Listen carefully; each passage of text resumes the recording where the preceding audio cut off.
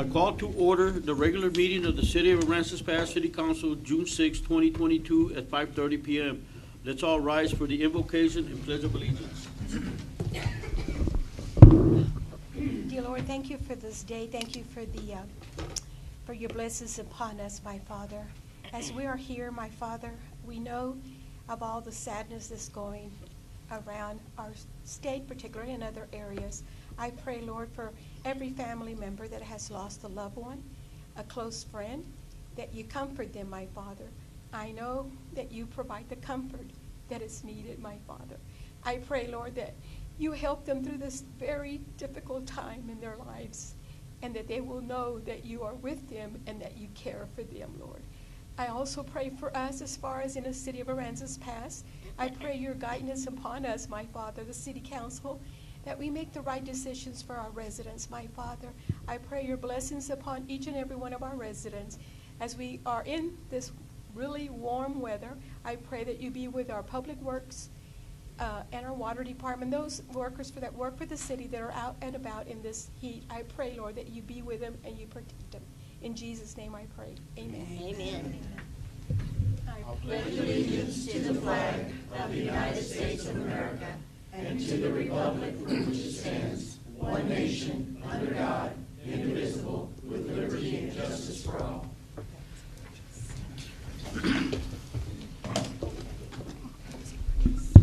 Okay, now we're going to go to presentations and proclamations, and at this time, I want to recognize a city council member from Port Aransas, which is Ms. Jo Ellen Kruger. Hey, welcome. And now we're going to go to the project updates. Mr. Mayor and Council, I'm waiting for some more information on several projects. So I'm going to ask that that be delayed until I get that information. Otherwise, there'll be incomplete information I have for you. Okay. Okay, now we're going to go to board and commission appointments, which is for the library board. There's one vacancy on the library board, and that's due to the resignation of Patsy Crummine. We did receive one board application, and that's from Cammie Hyatt for consideration for appointment to the board. I make a motion to appoint Cammie Hyatt to the library board. Second. All in favor? Aye. Now we're going to go to the city manager, which is consider an act on approving the city hall mural design and painting by Leah Grunthauser in the Yes. amount of $8,600. Mayor and Council, this is an interesting issue in that several of us have been working on it. It's a way, if the council agrees, to highlight much of the history and much of what Aransas Pass has stood for and currently stands for in the form of a mural. And the goal is to have the mural on the entire side over there, or most of the side on the, I guess that would be the east side of the building, and then for a portion of the front as it winds around, not the entire front, but just a section of the front. Again, the highlights will be, and let me pull this up, and I apologize, 1 second, so we can look at it together. Here we are. This is a rough design of some of the issues that are some of the panels and what they'll look like, and Leah is here, and she can talk about them, but giving you the background of why we're asking council to, if you agree, to proceed with this. Again, the City Hall is a place that is very visible to everybody, the several million people who go from different parts of the state to Port Aransas and via the ferry. And it's a way to highlight our history, a way to highlight our way of life, if it's something that you agree with. This is the same artist, Leah, who has done the mural out at the Aquatic Center, and it's an exceptional mural out there. So Leah, if I can turn it over to you to talk about or what prompted this as far as your thinking on the actual mural. And it's open for change also, if I understood you correctly. If you have different ideas of things that need to go in there, if you want to proceed with this, then that's certainly a possibility. So Leah, if you can give some background on yourself and Hello. I'm Leah Grundhauser. I live in Corpus Christi, paint at the Aquatic Center, and I like to raise awareness for different conservation awareness type things. So we wanted to bring light to the history of Aransas Pass. I did go around Aransas Pass, took a tour with my husband, had lunch out here, visited and took pictures of the different areas that were going to be included. Right out here in the front of the building before you walk in the door will be the start of the mural. It'll have the Welcome Aboard Aransas Pass welcome sign that kind of welcomes you to Aransas Pass.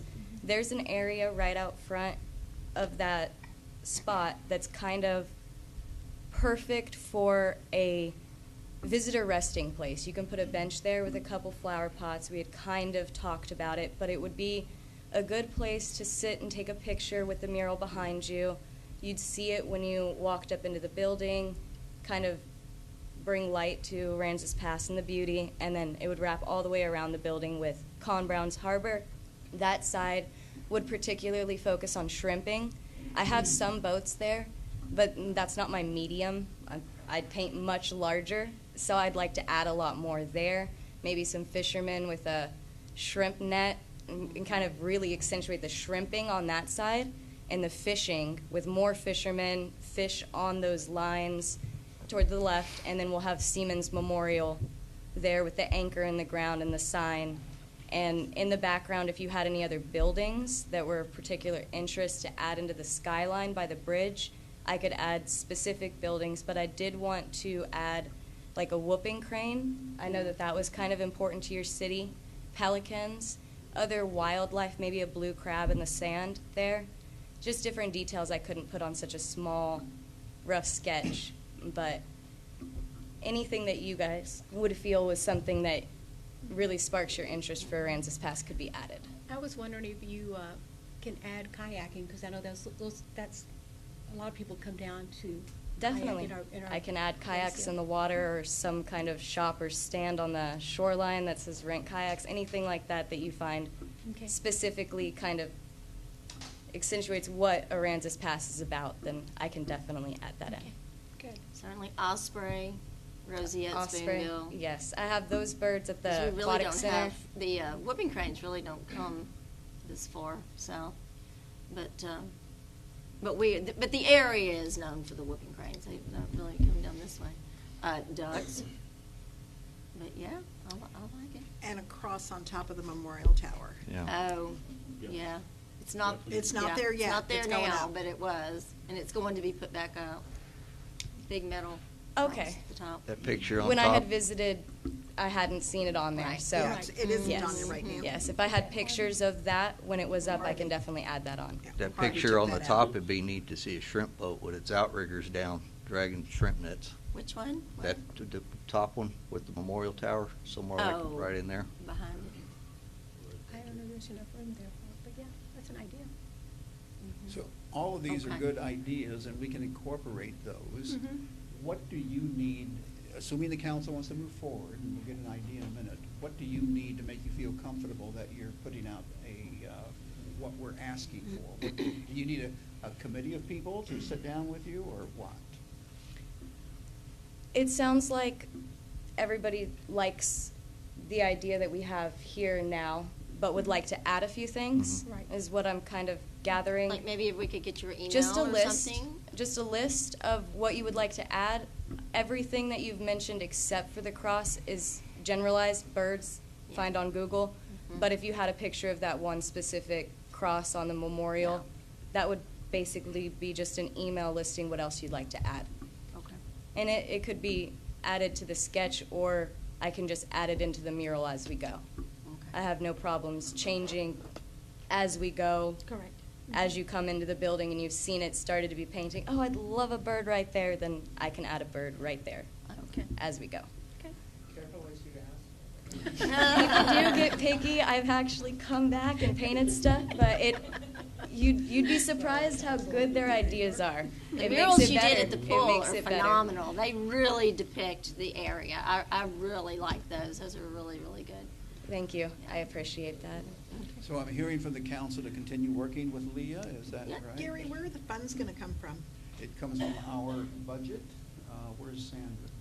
She's hiding. She's hiding. Thank you, It would come Sandra, from for our budget. buying We would those. Is budget that out of those your dollars. paycheck? So, unless there is a donation or something of that sort, but. Unless there's a donation, but at this point, it would be an item we would have to budget. It would be nice for it to say donated by Melinda. Well, see that, Or the Bakery Cafe, donated by the Yay. Bakery Cafe, that's right. you know? We brought up the donation issue, but wanted to keep it as non-commercial as possible, Right. so. Oh, Ram Gomez, Yeah. you know? There you go. Donated by Ram. Ram Gomez, painted by Ram Gomez.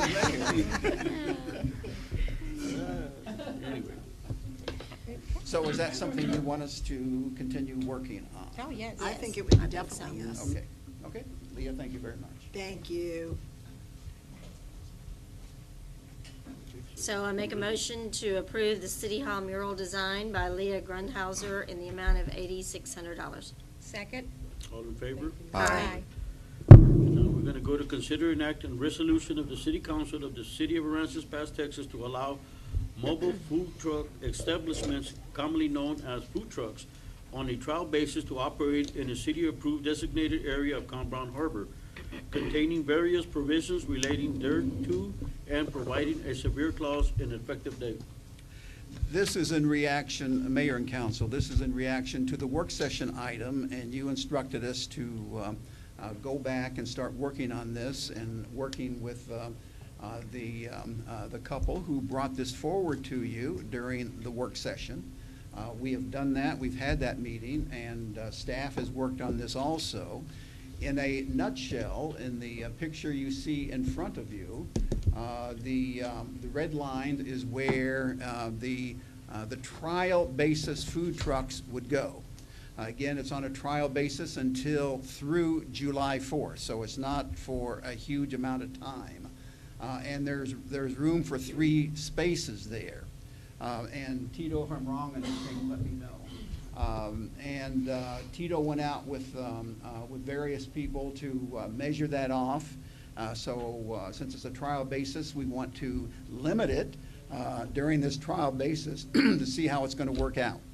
The purpose of it is and if more show up at very other locations, that's good also. Meaning at currently leased property, that would be good.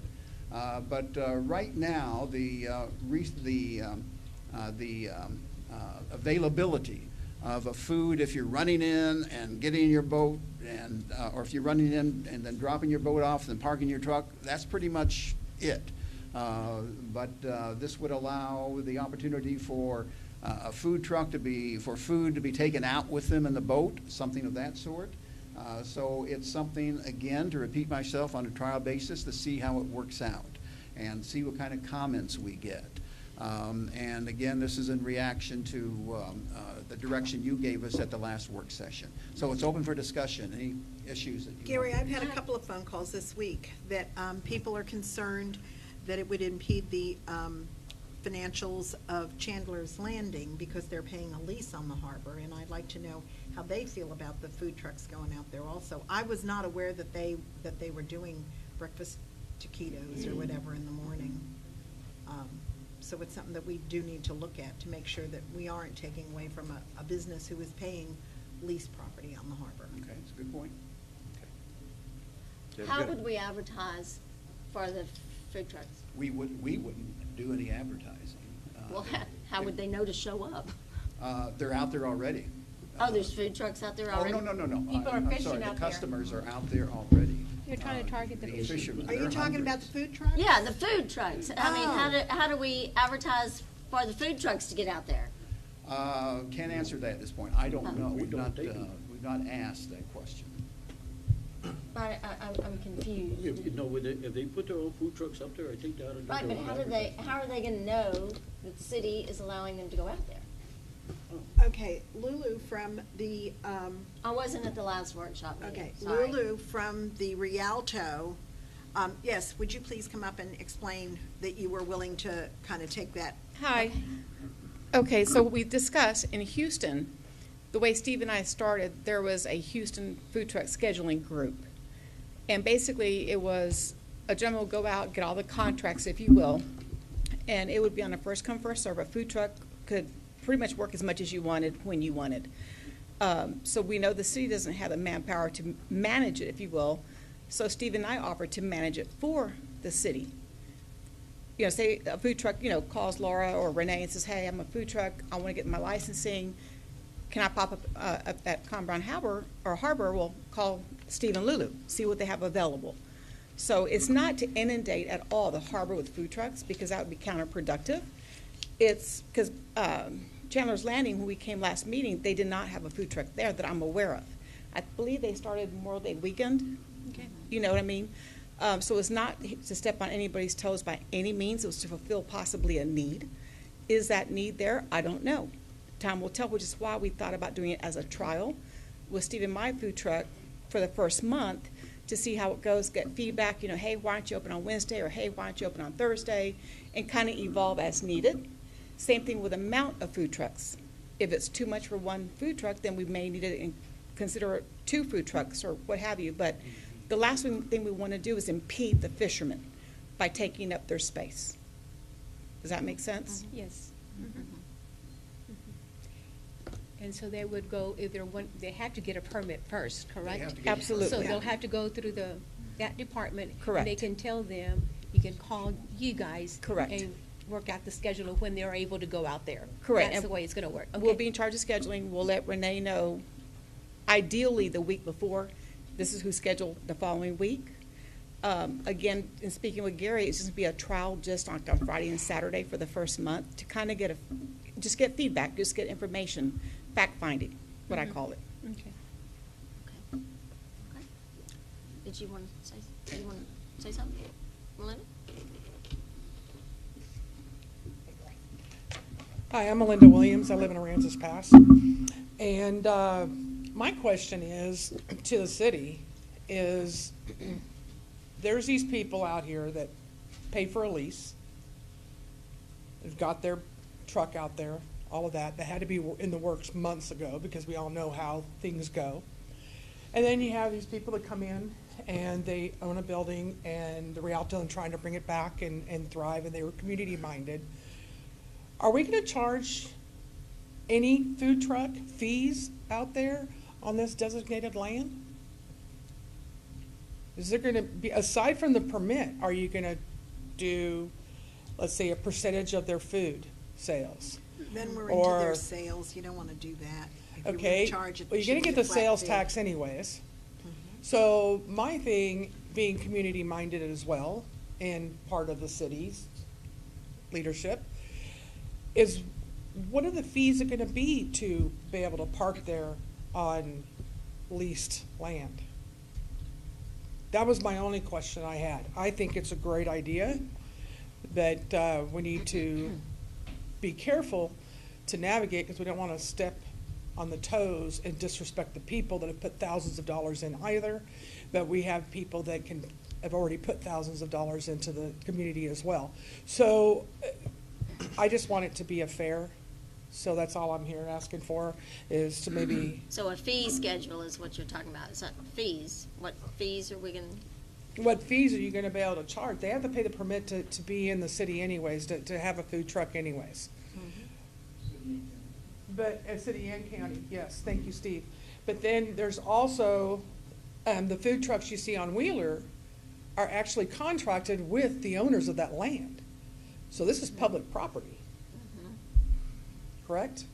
Still public property. City property. So, and there's taxes that are upkeep and that type of thing, so we need to be able to get a per truck, per day, or have a weekly, or however we want to do it, or you got to remove it every day. I don't know what that answer is. However, I just wanted to bring it up and to the front of minds. Fair enough? That is a good point, Mayor and Very Council, valid. and Very. that was briefly touched on last time. And as far as what fee to, as Melinda correctly said, there is a permit, of course, at this point.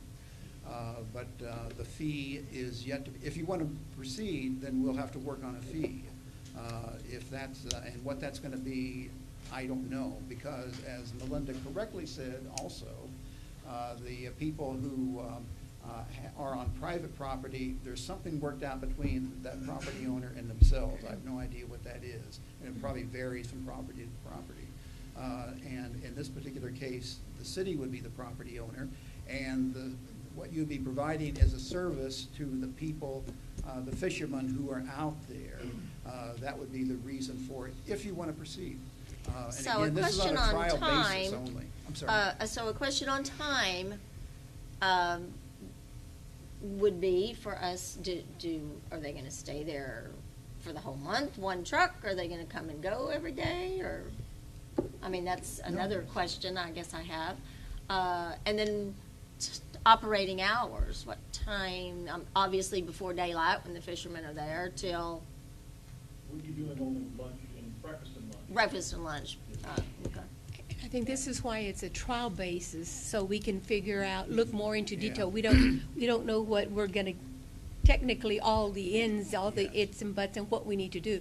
I can understand a trial basis, but that doesn't make it set in stone. This It's is only just for until- us, July July. 4th Absolutely weekend or correct. It's July only 4th. until July 4th, July 5th, it's over at that point, unless you want to continue. And then we can Then you look have at to look at the it issues through that came up. permanent To charge basis. them or whatever. If you want to do it. And we should charge, if they're on At city some point, property, yeah. they should be charged something. If they go to any Well, I kind of think an during the event, trial basis, they they should be pay, charged. they pay a fee to During be the at trial every Let's event table the that they go idea to. until they come up with You know, something. every car show, every boat show, whatever that is, they pay a fee to be there. Correct. Is And that a I heard rent- It'd be like Carrie's, paying rent for the month. I heard Carrie say even on the trial basis, and I agree. It'd be like There a should be a monthly rent. fee even on the trial basis, if you want to do it. What are they doing for restrooms and a hand washing station? It's Correct right me if- there. The They're gonna be restrooms by- are they're right gonna be there. next to the Just like- restrooms. just like the fishermen. Yeah, okay. Yeah, because it's, yeah. It's the fishermen, same place the fishermen would use. Restrooms are there. So, I'm hearing from the council, well, I heard from one person. I don't know if all of you agree that even during a trial basis, there should be a fee. I think there should be. And, okay, that's I fine. mean, So what's the fee? Chandler's, they're paying their lease every month, and, I mean, that is going directly against them. And they Hector, have did you that wanna say business something? there. Yeah. Yeah, Hector Realty, 44 South Commercial. I absolutely agree with Melinda. I rent kayaks. If y'all were to let somebody go out there for free and start renting on the harbor, even if it's like for a 501 or something like that, I kind of have a problem with it. So I totally agree with Melinda Chandler. They have a lease. They're paying not thousands, but tens and thousands of dollars That's right. per year to be there. So I do believe that a fee outside of their normal permits and things like that would be just, that would be just right. That'd Yeah. be- Thank you. Thank Good point. Does the trial basis have to go through the 4th of July weekend?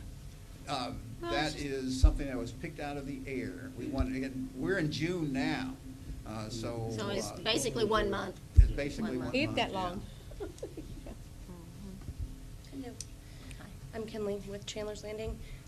A lot of you guys probably don't know, but we just started with our food truck, and we are going to be open eventually 7 days a week. Right now, it's just Friday, Saturday, Sunday in the morning, all the way till dinner. But it will be full-time. So just What- consider that. What time do you please. open? 5:30. 5:30, and you're gonna close at what time? Roughly, probably 7 right now, but later. 7 at night? Mhm. Okay. Yeah, because they've got their full menu They've got the out now. whole thing, yeah, Mhm. Dorados. Mhm. Yeah. So just consider that, please. Are y'all guys okay? Mhm. Are y'all guys okay with this trial basis? It would be, if y'all do go forward with it, if you could do it after July 4th, because that is going to be really busy for us, that would be nice for you guys to consider also. So, yeah. Thank you. Okay, thank you. So, I say table it. all these are good points, and the suggestion has been made that we wait, if it's going to be a trial basis, and that time was picked out of the air, until July 4th. We could, if the council's open, we could wait until after July 4th and see what happens at that point, for a month or whatever period you agree to. Yeah, because at the time that we all agreed to this, I don't believe I knew that Chandler's was gonna have the food truck there all the time, so, that was. But we didn't know that, I don't believe. No, we knew that. I didn't. I didn't know. Okay. I thought it was just gonna be there for their events and stuff, so. Okay. Yeah, I didn't realize that, so. I I think just it was think in we their need to development table this and plan get from the more beginning. information and come to an agreement, bring it to That's fine. a workshop this month. Yes, we have one scheduled for June. That's correct. Yeah, bring it to the workshop this month and let's see where we can go with this. Okay, so Mary, we'll put that on the agenda then for the workshop. Somebody has to make a motion to table. The next meeting. Remember he talked about taking the wheels off and how he was gonna permanently set it in place and, okay. I dreamed it, I guess. Okay. Just All a right. friendly reminder that it's not July 4th, July 2nd is when the big fireworks, unless it's changed when I was gone. No, and that's, you're absolutely correct. But, Oh, okay. But it's still gonna be busy during that period. out there. I just wanted to Yeah. make sure that Yeah. So, no promises made So- to the city's butt couldn't cash. I'm gonna make a motion that we table this event to a workshop. Second. All in favor? Aye. Aye. Now we're gonna go to consider an act to approve an ordinance amending the City Code of Ordinance, Chapter 29, Article 2, Water and Sewer Service, Section 29-27C, Section 29-28AB, and C, 29-30A, 1A, 2930, 1B, 2930, 1C, 2932, said amendment section to provide an automatic increase in water and sewer rates in accordance with the city water rate study, providing a savings and severability, whatever, clause, and providing an effective date. Mayor and council, you're very familiar with this issue. We've been talking about this for a period of time. We've had an outside firm, so it wouldn't be done in-house. We intentionally did not want to do this in-house. And found out that expenditures exceed revenue. And we'll present some figures to you. But we're also going to suggest, and Sandra has an in-depth, comprehensive report on the different figures and such. But we're going to suggest that, and we're not the only people who do this. Too often we wait and do an increase so that the revenues or the expenditures don't exceed the revenues. We wait for years. And consequently, it's a heavy hit comes after a few years. Instead of, and cities who look at this more closely, they do it incrementally, small amounts, because it has to be paid for. I mean, there's no way around it. We pay for the water. We pay for the water. The sewer costs us also. That has to come from somewhere. And as prices increase, then that's something we have to look at as far as the revenue meeting or exceeding the expenditures. With that clumsy presentation, I'll turn it over to Sandra, who's done a good presentation for you. Okay. Thank you, Gary. On page 2, basically just to summarize what Mr. Edwards just said, the findings of the report that we had, the rate study that we had done here. It's the number one finding is that we're not anticipated to fully recover the cost of services in 3 of the 4 years from fiscal year 2022 to fiscal year 2025. The city currently has water and wastewater rate structures for senior citizens that are not consistently applied across the board. The same goes to the rate, the multiplier for outside customers outside the city limits. And our biggest issue that we're facing right now is we've concentrated a lot on the fund balance, but now we do have to concentrate on the water and sewer balance, fund balance for that. We have less than 6 days cash on hand if anything were to happen. Typically, like, we would like to have 60 to 90 days cash on. You're For the only water talking fund, water. not Okay, the general make fund. people- That's why I said, we concentrated on the Like, general people are fund. going like, huh? No. We was concentrated quite on the general fund, and we got that to where we needed to, so now we need to move on to the water and sewer fund. So we go to the third page, which is the third slide. We're gonna see here, this is for residential inside city limits water rates. We're gonna see what our current rates are for 3/4 inch meters, 1508, and we're proposing, the water rate study is proposing an increase to 1565, and so on down the line. We're also proposing a change for the volumetrics, meaning the consumption. The 1508 going to the 1565, that's just your base rate. That's if you have no consumption, you're gonna pay that. Then if you consume water, we're proposing the first level is $4.85 to go from $4.85 to $5.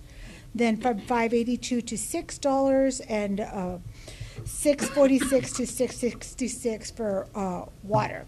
The second page, the following page. I don't either. I don't like 666. Do it Ow. 667, do it 668. 665. Okay. I don't like 666. Okay, we can go with period. 7. I like 7 better. I'm never gonna go lower. Sorry, guys. That's okay, not a problem.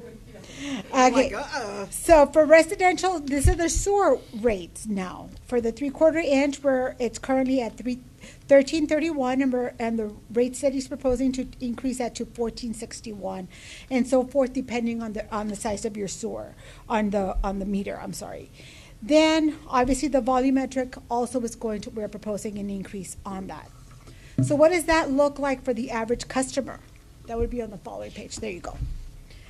Right now, a customer that consumes about 3,500 gallons a month is paying $53.46 for water and sewer only. With the proposed increase, that would be going to $56.76, which is an increase of $3.20. 5,000 gallons, they're paying $64.34, and we're proposing with the proposed rate increase, it would be going to $68.11, with an increase of $3.37, and 8,000 gallons, $99.35 to $105.06, with an increase of $5.71 a month. These are going to be the monthly increases. And that's for residential. For residential only, and this is for residentials that have 3/4 inch meters, which is the majority of our resident customers. Okay. So the majority of our customers inside city limits would be seeing that they have a 3/4 inch meter. Now we have the same. It would be slide number 8. If you want to just scroll all the way to slide number 8. This is for customers that are outside city limits with a 3/4 inch meter. Okay, the customers outside city limits pay a little bit higher. They're currently paying $61.27 for 3,500 gallons, and that would increase to $65.53, an increase of $4.26. For 5,000 gallons, it would be an increase of $4.91, and for 8,000 gallons, it would be an increase of $6.20 a month. This is going to be for residential customers, 3/4 inch meters outside the city limits. Okay? So we do offer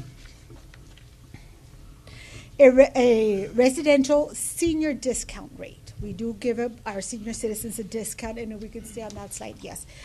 Right now, for a 3/4 inch meter, they're paying, the base rate is $12.02. That would go up to $12.52. And so on down the line, depending on the size of their meter. The volumetric would go the same. Obviously, it's not going to be $6.66. We're going to go to $6.67. So what is the discount? I don't see a difference. Yes, if you see the residential, look at the residential inside city limits is paying $15.65, a regular, and a senior. 666. I'm like, Yeah, okay, you see. yes, and a senior discount would be at $12.52. So that is a significant difference on the base rate. So the same thing would be for the sewer. They also get a discount on the sewer rate.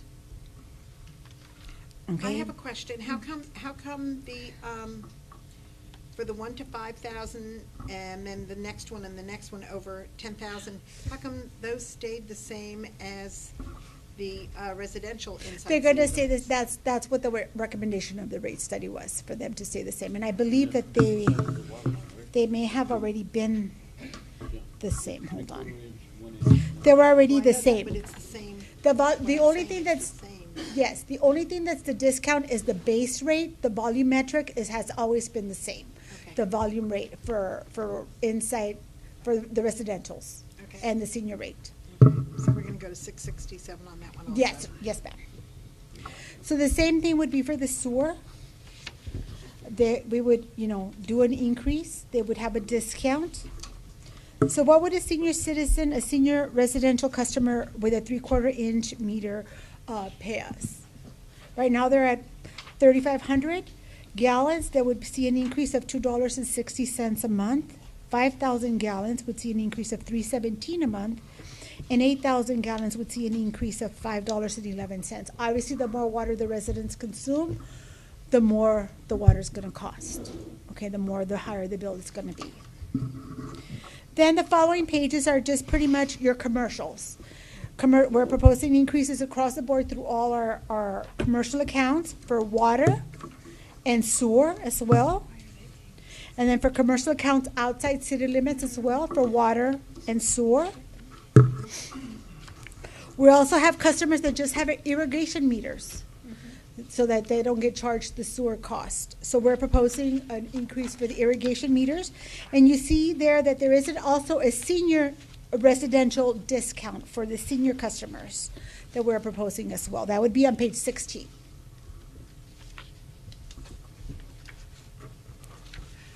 And my last page on this presentation is how do we compare to other cities in our surrounding communities? The city of Aransas Pass is the one in navy blue, which I misspelled pass, I'm sorry about that. It's the one in navy blue. And you will notice that at all the tiers that we're comparing ourselves at 3,500, at 5,000, at 8,500 gallons, we are the lowest within our surrounding communities. And we're comparing ourselves to Rockport, Ingleside, and Portland. Those seem to be the cities that we're always comparing ourselves to. So we've compared our costs compared to their cost, and we are considerably lower than they are. Even with the proposed rate, these numbers are with the proposed rate increase if the council adopts that tonight. That's good to know, because we're always accused of having the highest rates. I know. So do you all have any questions? Can I sign up for the senior discount, please? There you go. I don't think I get a senior discount. You had to bring a birth certificate. What time how old do you gotta be for that? I don't know, but I'll let you. I don't think you qualify What do you yet. consider senior? Well, I do, though. You would sign up, yes. Yeah. If you qualify, yes. We would Well, sign we you up. have to do it. I don't think there's a question whether we, there's no And, question on this one. Yep. How much would this, I didn't. Oh, I see didn't it. write that How down. much would that bring in extra? I don't have that off the top of my head right now. Sorry about that. Okay, just based on, First of the month, next month. could you send? Yes, I will. I'll have send something Gary out by send us tomorrow. that information Yes. as far as based on what we have now, what we're getting on a monthly basis, and with the proposed increase, what the increase is gonna be for the city. Yes. And I can totally understand that we need to, because working with the budget, as I'm involved, the council member, that's part of Mhm. that committee, we know that a lot of issues that need to be resolved. Yes. We're not able to because We don't have the money. we don't have the money on That it. is correct, yes, ma'am.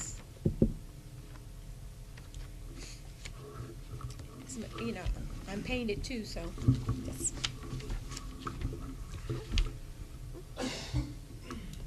Well, then I make a motion that we amend the City Code of Ordinances, Chapter 29, Article 2, Water and Sewer Services, Section 29 through 27C, Sections 29 through 28A, B and C, 29 through 31A, 29, 31B, 29, 31C, 29 to 32, said amended section to provide for an automatic increase in water and sewer rates in accordance with the city water rate study effective July 1, 2022. I second. All in favor? Aye. Now we're gonna go to consider enacted issues of a Wait a minute, request. Wait. I think, Nada. what happened? What are we waiting? I think that since we're changing from 666 to 667, I think that maybe have to be part of the motion, Okay. so it could take into And, effect. Anyone that has 666. Effective July 1st with Yes. the increase from 666 to 667 on all pages. The volumetric, yeah, for the 10,000. Yes, Yes, ma'am. over, yes. Is that okay? And I second the All amendment. in favor? Aye. Okay. Now we're Oh, gonna go to yeah. consider and act on the issuance of a request for qualifications for a pay study. Okay, Mayor and Council, as far as we know, if anybody has any different information, please let us know. A pay study's never been done in the city.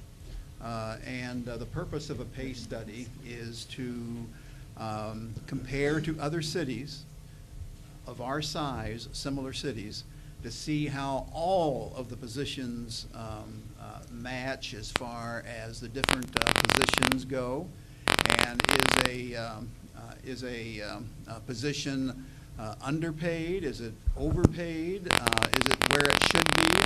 We don't know. We don't know how all of that.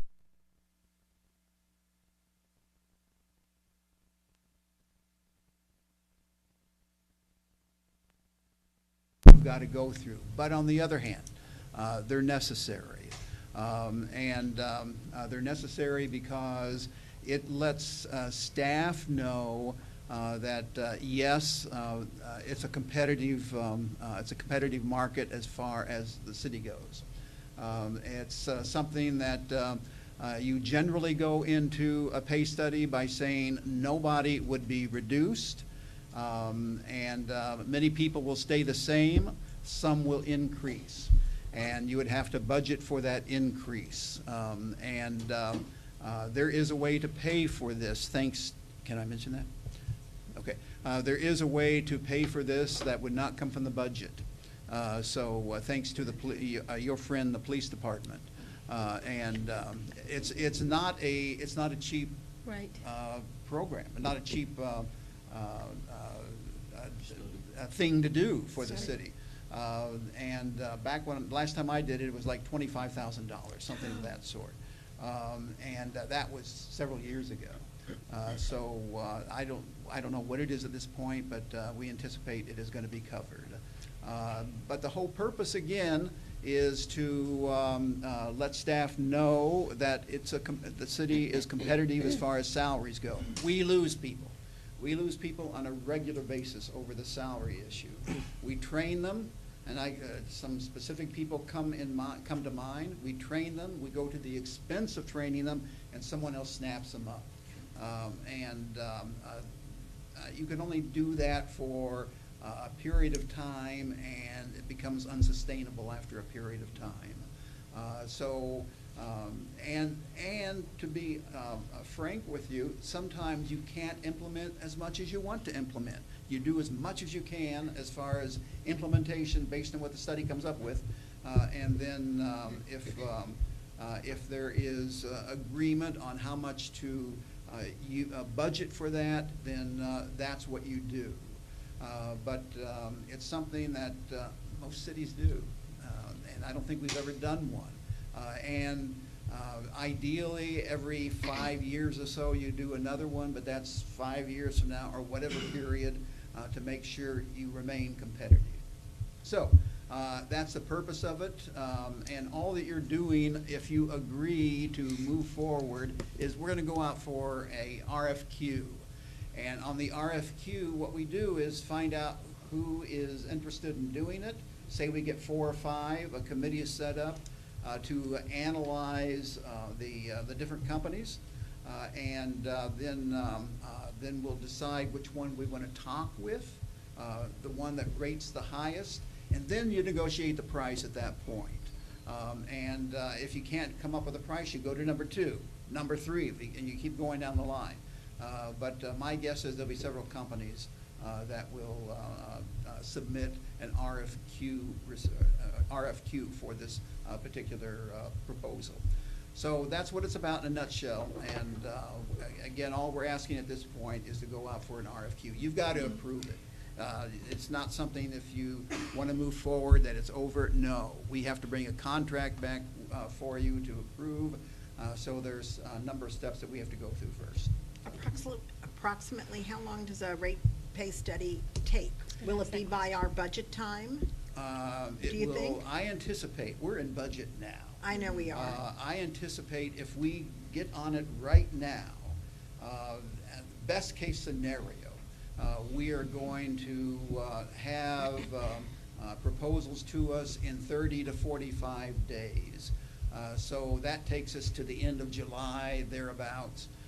So it generally takes 2 to 3 months to do a study, because to do it thoroughly, they really go into the other cities, and they go into each line item, each position, and make that comparison. Will it be done by the end of the budget? I anticipate it will not be. However, with that said, if we are into the process, we'll get a general idea of how the budget will be impacted. If it will be impacted, I'm making some assumptions there. If it will be impacted, and if so, how much, but to be frank with you, it's going to be an estimate at that point until the study is finished. That's the best answer I can give you at this point. That makes sense. Okay. Are you with the council? I make a motion that we issue a request for qualifications for pay study. I'll second. All in favor? Aye. Now we're going to go to consider an act to abolish the City Council Administrative Committee. This also was at the work session, Mayor and Council, and came out of an earlier work session.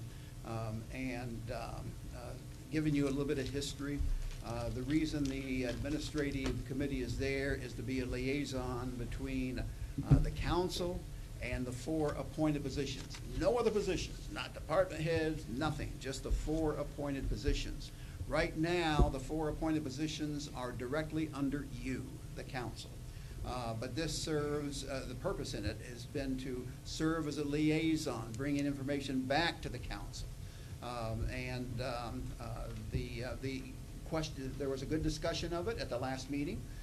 And the question is, do you want to continue with it? Do you want to continue with the same members? Where do we go from here with the administrative committee? It's not unusual for a city to have an administrative committee on the appointed positions. But we need to know, because it's been brought up, where do you want to go from here? It's a good discussion point. So without an administrative committee or some group administrative process, how do we know? We as a council rely on their information, or we don't know how they're performing. We don't know how they're performing. I mean, we know how they're performing, but not the ins and outs. We don't know it all. No, what should be happening is, and there's always room for improvement, I'll hastily add. But the way it should be performing is evaluations of those 4, I think is what you're talking about? Right. Okay. Evaluations of those 4 ultimately have to We be all do approved that. by the full Yes, council. we all do that. And the administrative committee, in the case of evaluations, will start that process. And then we'll be talking with the 4 different positions, but we'll bring the information they have back to you, and then you'll decide if you want to talk with them as a body, or are you happy with the discussion that's gone on so far? So well, you can't appoint another council person, because then 3 council people would be. No, you can't. A quorum. So, a quorum, not a forum. Is there anybody else within the city that could sit on the committee? It could be on the committee, but then they'd be. It's a good point. That there are others who could sit on it, who don't count as the quorum. Are you talking about staff or something of that sort? Is that what you're talking about? Somebody else within the city, or? The answer is yes, but that particular person will not have a role as far as any decisions related to those. Only you are council. Only the council can make final decisions related to those 4 positions. They can have input, absolutely. But as far as any final decision for those 4 positions, only you. Now, they can make recommendations with the committee if that's the direction you want to go. I'll tell you the problem why I put this on the agenda. The night the annexation got reversed, I submitted in writing to the city secretary that I wanted to discuss the employment of the city manager as well as the city attorney. The next morning, I got an email from the city manager telling me that 2 years ago there was this administrative committee that was approved by council, and he strongly suggested that I got with the administrative committee, and then they would decide if it would come to the full council. Well, for one, I cannot meet with the administrative committee without it being posted, because that would be a violation of the Open Meetings Act. That's my biggest problem with this committee. If there's going to be a committee,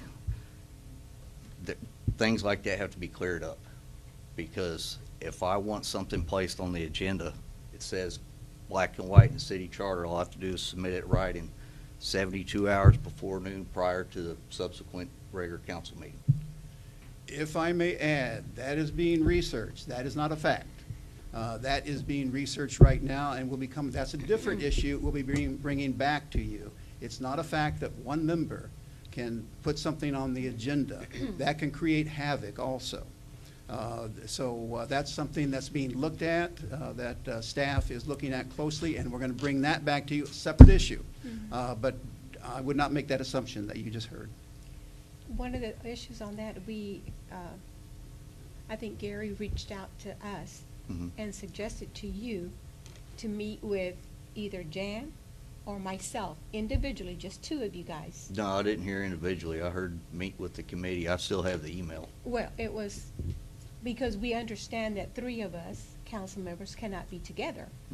So that was coming to a meeting with one of us. That's the whole, because not that we didn't want to hear your concerns, but the fact that 3 of us could not be together. So did you ever reach out to him individually? I don't. Why not? Shouldn't have to.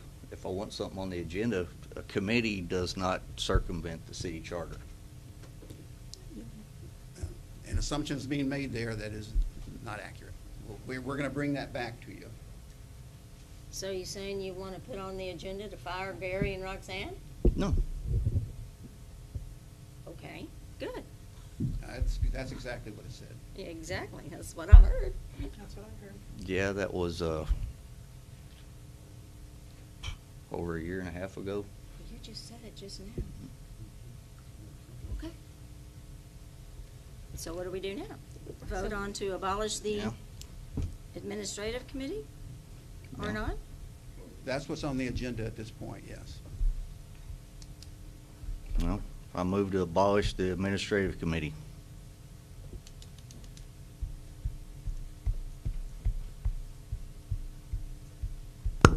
Because I was here at the workshop.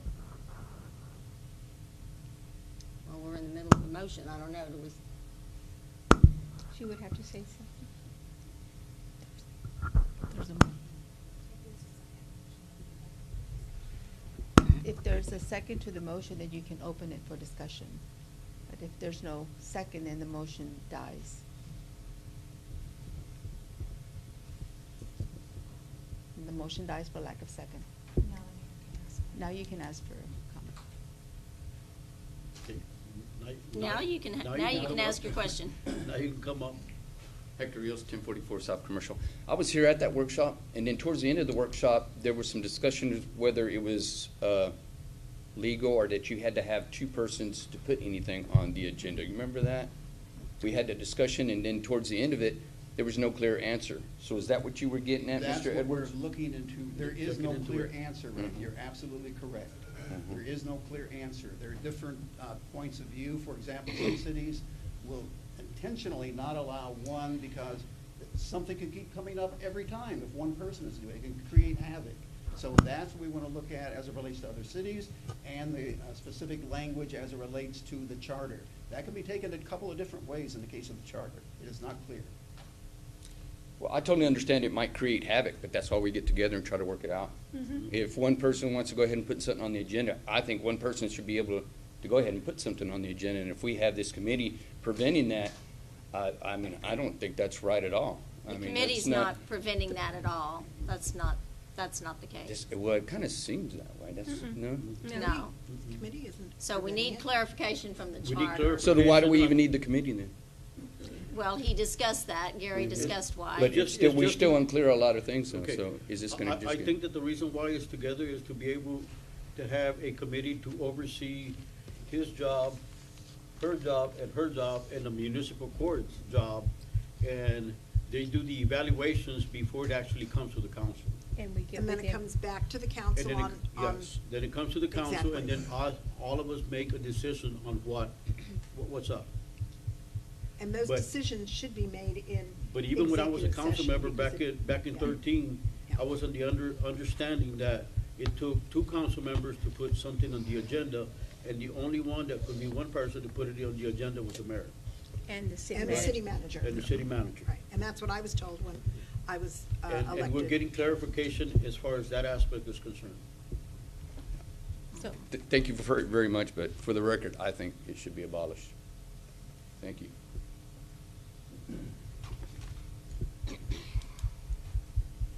okay, next. Okay. Next. So we go Next. to the next one? Mm-hmm.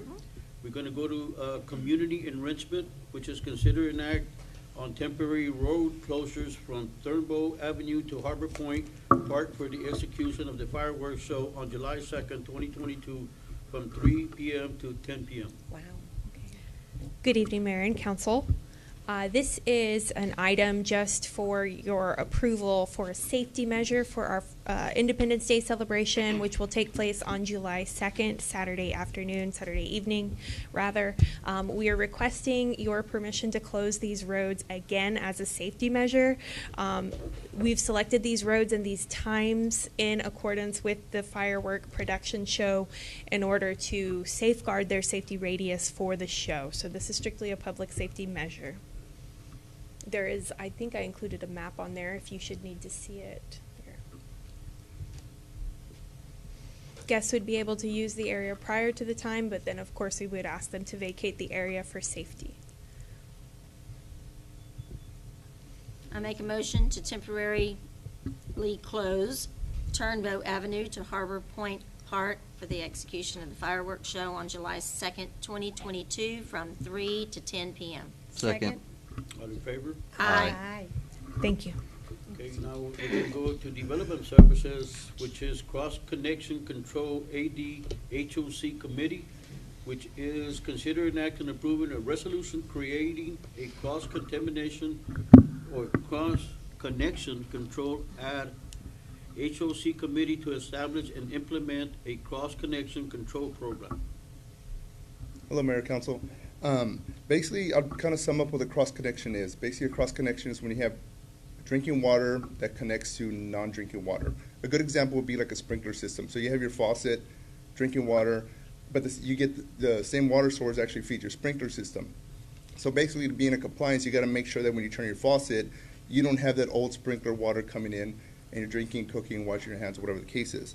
So this committee would actually come up with guidelines, fees, fines, and a timeline in how to implement on getting commercial residents and to get them into compliance is what it is. So basically that's what they're going to do. They're going to meet up to see how they can implement this, and it will be confined. It'll be made out of city employees and residents, so that way it'll be basically get information from both sides, get some feedback, some advice on how to approach this. Okay, and this is only for the ones that have water wells connected to the house and the city water connected to the house. And you need- businesses, and correct? you need a Or is it- backflow connection to, but all the houses that are just connected to the city itself, Both. water line, are those gonna be needing to have a? Yeah, it's for the city water is what it is. I know there's some residents that have both well and city, but you know they're basically separated by 2 valves. So if you have both valves open, technically you could get Yes, 'cause well water into the because- city because water. they're both connected to the same line inside the house. Yes, correct. So, But what about the houses, or just only connected to the city, or is this gonna be done for every single resident that lives in the city of Aransas Pass to have a backflow valve on it? it would be for residents that have sprinkler systems, pools that are connected to water systems, people with well water.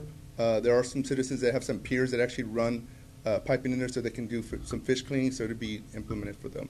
Okay. I just wanna And of make course, sure. businesses.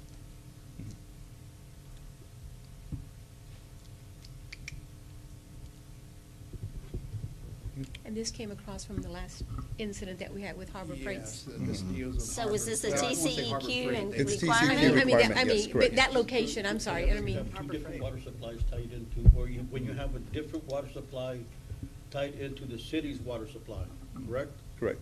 That is one example of one, yes. Do those Not have the to- only So example. only residents that have another water supply other than Correct. the city. As well as sprinkler systems, swimming pools, anything where you can get drinking water that can get contaminated with something that's not drinking water. And do they have to be tested annually or biannually? Because I know if it's like an irrigation I know if it's a system- health hazard, it would have to be tested annually. Annually? Yes, correct. By a technician. Okay. How would pool water get into the city water supply? Because there are some people that actually feed their pool directly hard plumb from their water system, like if they want to maintain the water level, they'll have it connected from their water meter through their house and also feed their pool to maintain water level. Because you don't want to cavitate your pumps, a lot of people will do that. So I have city water at the house, but we also have a well. It's a drinkable well, but it is not connected to the house, so this doesn't affect me, correct? Correct. It's only for Yeah, sprinkling the. okay. Exactly. If you have the well and city water connected into your they're house, they're not. only separated by They're a not. valve each, and that Okay. would be an example, but in your case, no. so this is just setting up that committee, is that what it is? Yes, Okay. correct. Okay. Go ahead. You wanna come up here? Hmm. That way everybody can hear. Michael Bonner, project manager. I live here in Aransas Pass. From my understanding, TCEQ requires the cross connection to affect every citizen, business, industry, anything that receives city water. It doesn't matter how many taps you have, how many meters you have, because a cross connection can be as simple as everybody has those removable shower heads. If they hang lower than the top of your tub that can hold water, that is considered a cross connection. If you do not have a physical air gap from an ice machine in your house, if there's not a physical air gap, that can create a cross connection. Let me explain how. So let's say you take a shower, your kid's in there taking a bath, they're playing with the removable shower head, and it's hanging down in the tub water.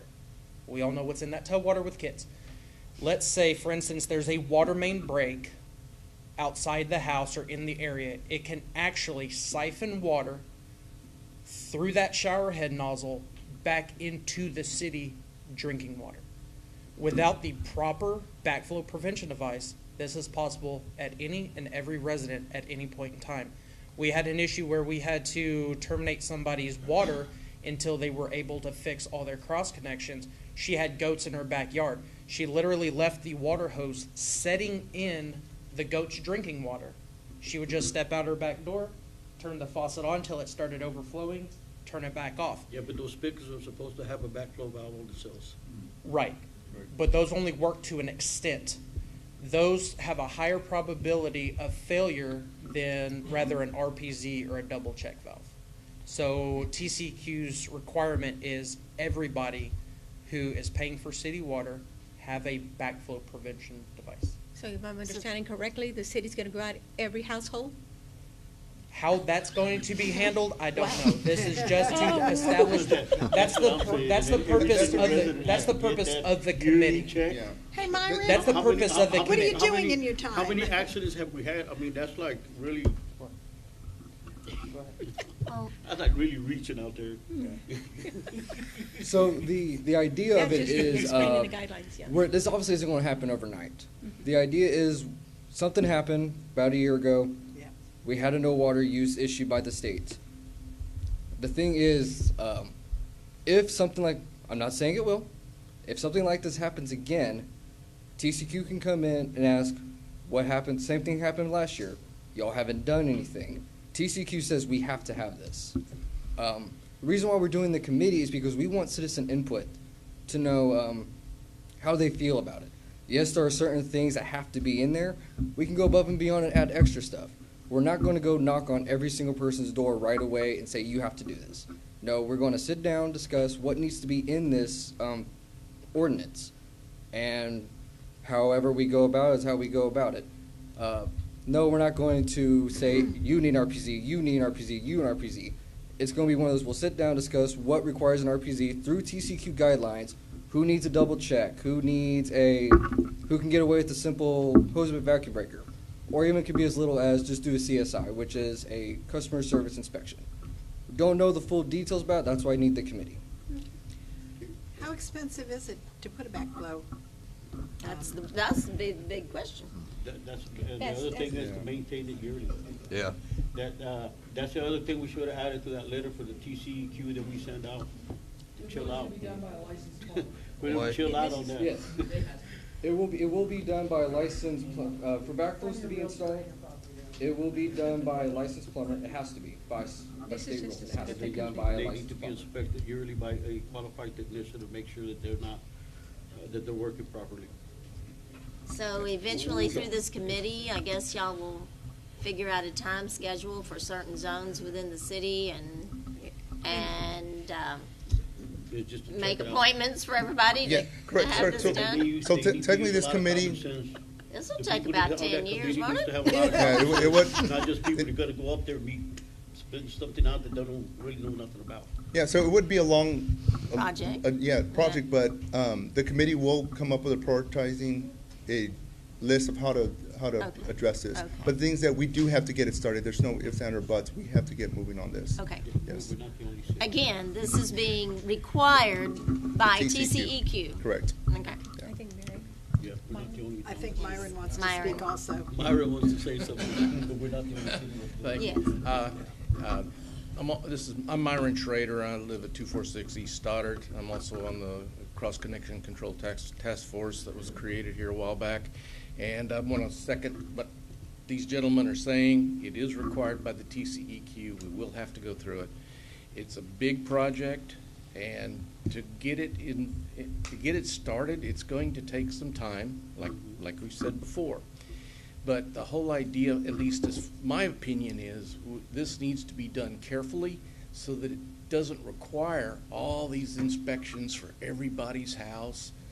We set it up to where the main things are, absolutely necessary is done, and then we can start considering other things. But it's not guaranteed. We're gonna go in and have to check every faucet to make sure there's backflow preventer in it. It's more, these certain situations, yes, you have to have this. This is the way you have to have it done. This is the inspections. Have an idea what the cost is gonna be. But beyond that, you use a little common sense and with dealing with the citizens here. And that's why I think it was a good idea to get business owners, get citizens, any people who have a vested, pool owners, anybody who has a vested interest in it, to be involved in it, to get their input so we can come up with a comprehensive plan that will work. So the with at state least is amount of- requiring the city to do it, but not Yes. financially helping the city Exactly. at all. Exactly. Do we know Right if now, all right of now, the just new put it builds together are and having be this able as to part see of their new exactly what build? we got. No, everything that's being built is into compliance, so this is more for Okay. establishments that have already been Get it built. started and check it out, see where we Okay, end up. all the new builds. Yes, have this. everything new build is in compliance, yes, correct. Oh. All right. Okey dokey. What do we gotta do? I make a motion to approve a resolution creating a cross-connection control ad hoc committee to establish and implement a cross-connection control program. Second. All in favor? Aye. I make a motion to appoint members to the cross-connection control ad hoc committee. And I'm not on that screen, so I don't, do you I see think me? they've got the names Oh. up there. I mean, Well, can you I had it up. bring up the names there? Oh, it was. Do we have the names? I We have the do. names. I have the names. The names are Jeff Burkhead, David Harris, Tito Villarreal, Alexandra Morgan. Those are the city employees. The citizens are Myron Schrader, Billy Ellis, and Mary Gunn. Okay. You want to? Second? I'll go with that. Well, I made the motion, so. we I need a second it. Okay. All in favor? Aye. We're going to go to consider and act on approving the issuance of request for proposal for the Sherwood Forest wastewater addition. Mayor and Council, this is an issue that's been with us for a while now. The funding had been acquired through CDBG. Did not receive, and as you know, CDBG requires a certain amount of LMI, low to moderate income, and it required also, this particular grant, a certain number of people within that LMI requirement to sign up for the utilities. Not enough signed up, so we could not use those grant dollars. However, thanks to the hard work of the Public Works Department and the Finance Department, we have come up with the funding so that we can proceed with the utilities going to Sherwood Forest, and that's the whole purpose in this particular agenda item. To move forward, request for proposals. Nikki, want to add into that? No, you pretty much summed up the backstory. This will be introducing over 7,000 linear feet of sewer extension in the area. Consists of 21 manholes ranging from 13 feet into depths of 3 feet.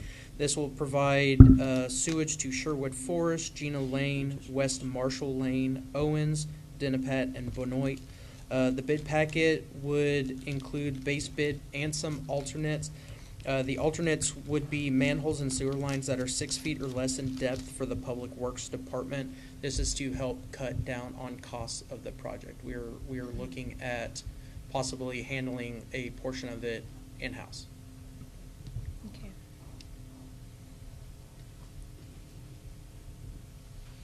Yeah, I think what caused the problem was when Harvey came, right? A lot of this.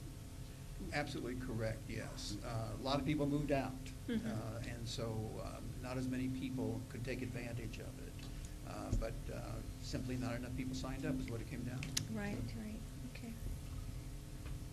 And we sent out survey teams on two Right. occasions. Two occasions, Yes, I remember that, yes. I recall that. Well, I make a motion to approve the request for proposals for the Sherwood Forest wastewater addition. Second. All in favor? Aye.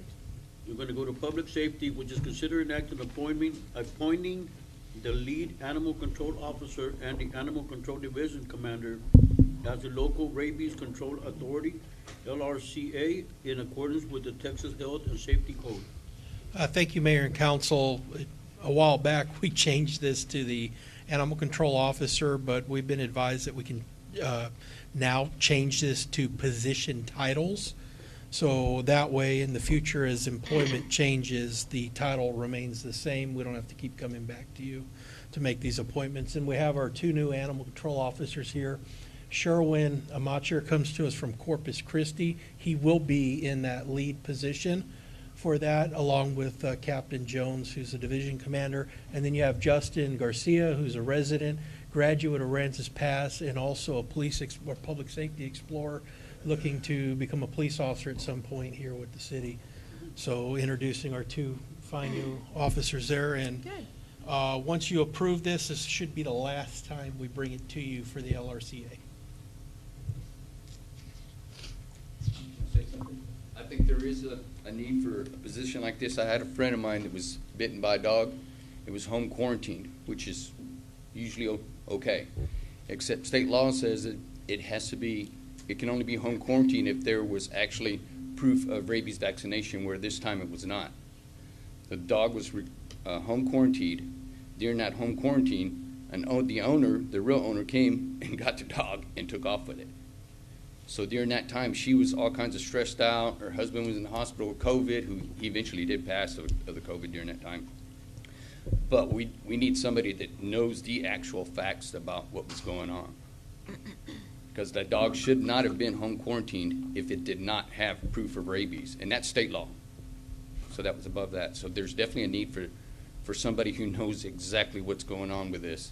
Because I have a problem with, if some dog bit my child, I'd have a real big problem with that. So I think there's real need for this position. Thank you. I make a motion to appoint the lead animal control officer and the animal control division commander as the local rabies control authority in accordance with the Texas Health and Safety Code. I'll second. All in favor? Aye. We're going to go to consider an act on approving the mayor and the chief of police to enter into agreement with the Texas Department of Transportation for acceptance of Operation Slowdown grant funding and participating in the program from June 7th and June 21st, 2022. Thank you, Mayor and Council, and this is for the TxDOT Operation Slowdown. We actually are forecasting this today because today is the deadline for public notifications. I was given late approval on this item, so that's why it's late to you for approval on receiving the 80-20% coverage on this. Basically, 80% of the overtime is covered by TxDOT. The other 20% comes out of our budgeted overtime. We have officers already signed up to work these two zones. These zones aren't taken by me. They are chosen by TxDOT crash data that we submit to them. And basically, they're looking for areas with a high inclination of speed-related injury crashes. And those two zones were identified today. And basically, that's right here in this little triangle of the Y, and all the way down Stapp going towards down to Stapp going towards Rockport, and then the stretch of the curve on Highway 35, which has been a very deadly curve since I've been here. We've lost a lot of life out there. Okay, I make a motion that we approve the mayor and chief of police to enter into an agreement with the Texas Department of Transportation for the acceptance of the Operation Slowdown grant funding and participation in the program from June 7th through June 21st, 2022. Second. All in favor? Aye. We're going to go to the workshop meeting for June 27, 2022. You can see before you, Mayor and Council, the council member process for placing items on the council agenda that we talked about earlier. I want to bring that to you for an in-depth discussion. Also, four-way stop at DeBerry and Avenue A. I believe police asked for, or someone asked for that. Oh, okay, thank you. And we added another item tonight, Mary, is that correct? Yes, sir, that's the food trucks. Okay. So those are the three items that will be discussed at this point. As you know, it's a fluid agenda. Those are the three items that will be talked about at this point. Okay. Now we're going to go into citizen comments. Citizen comments are intended for the matter that is not scheduled on the agenda. Please limit your comments to 3 minutes and state your name and address for the record. Be advised that the Texas Open Meeting Act prohibits the city council from responding and discussing your comments. The law authorizes the following: make its statement of factual information, recite existing policy, advise that the subject be placed on the agenda for a subsequent meeting.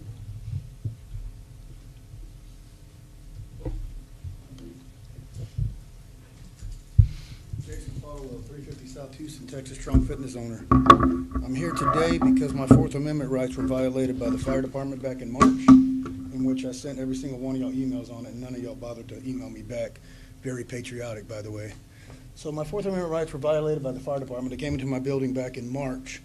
In March, my building is locked, meaning you can't come in there. It's a private facility. You have to be a member to come inside my building. You have to have a key fob. The fire department waited for one of my members to open the door, went in behind them, and did an illegal search of my building. During the illegal search, they wrote up a fictitious citation to an abandoned, 17-year-old abandoned outlet with no power. The year before, John Gomez inspected this, said it was okay and there's no issue. This year is an issue.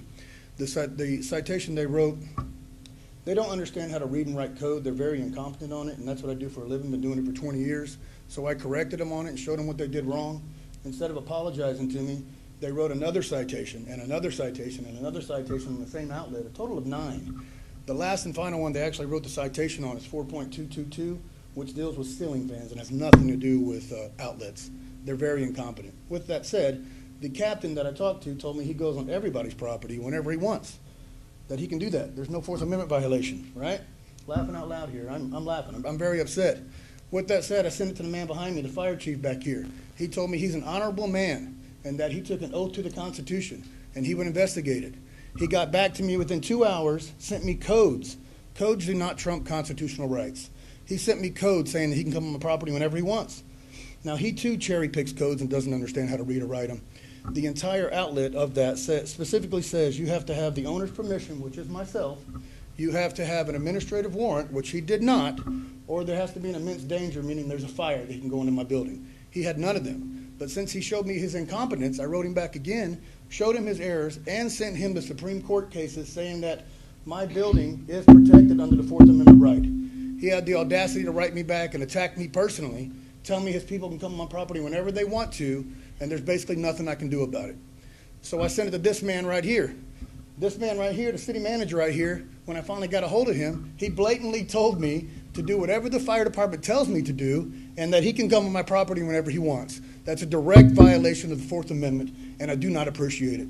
If I am not on the agenda in 2 weeks, you will have a federal case for Fourth Amendment right violations and a civil suit, and I will bring the news station down here to talk to every single one of y'all. That's complete BS. If y'all don't appreciate the Constitution, y'all should not be here. That's all I got.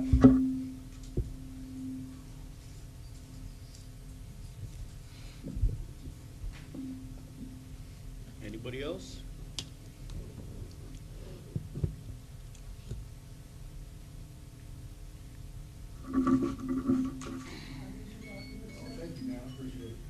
Okay, we're going to go into executive session. Executive session is under section 551.071 of the Texas Open Meeting Act to meet with his attorney to seek legal advice on a matter in which the duty of the attorney to the city council under the Texas disciplinary rules of professional conduct of the State Bar of Texas clearly conflicts with the Texas Open Meeting Act relating to, and we're not going to do the number one, which is the water line easement to the city by the sea. That's been taken out. And we're going to go to the Com Brown Harbor lease, Aransas Marine Ways, and section 551.071 of the Texas Open Meeting Act to meet with attorney to seek legal advice on a matter in which the duty of the attorney of the city council on the Texas disciplinary rules of professional conduct of the State Bar of Texas clearly conflicts with the Texas Open Meeting Act, section 551.087, deliberations regarding potential economic development adjacent to Com Brown Harbor. And it is 6:52.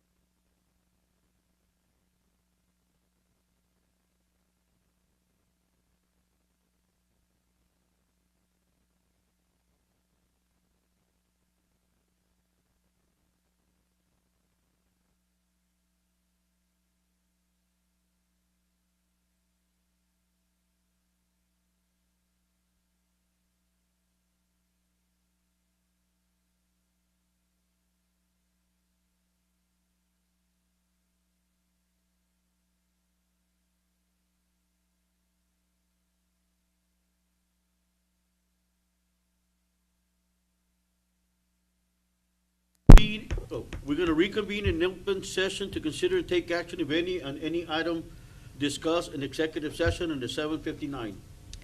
No action to be taken, and I make a motion that we adjourn. I'll second. All in favor? Aye. Aye.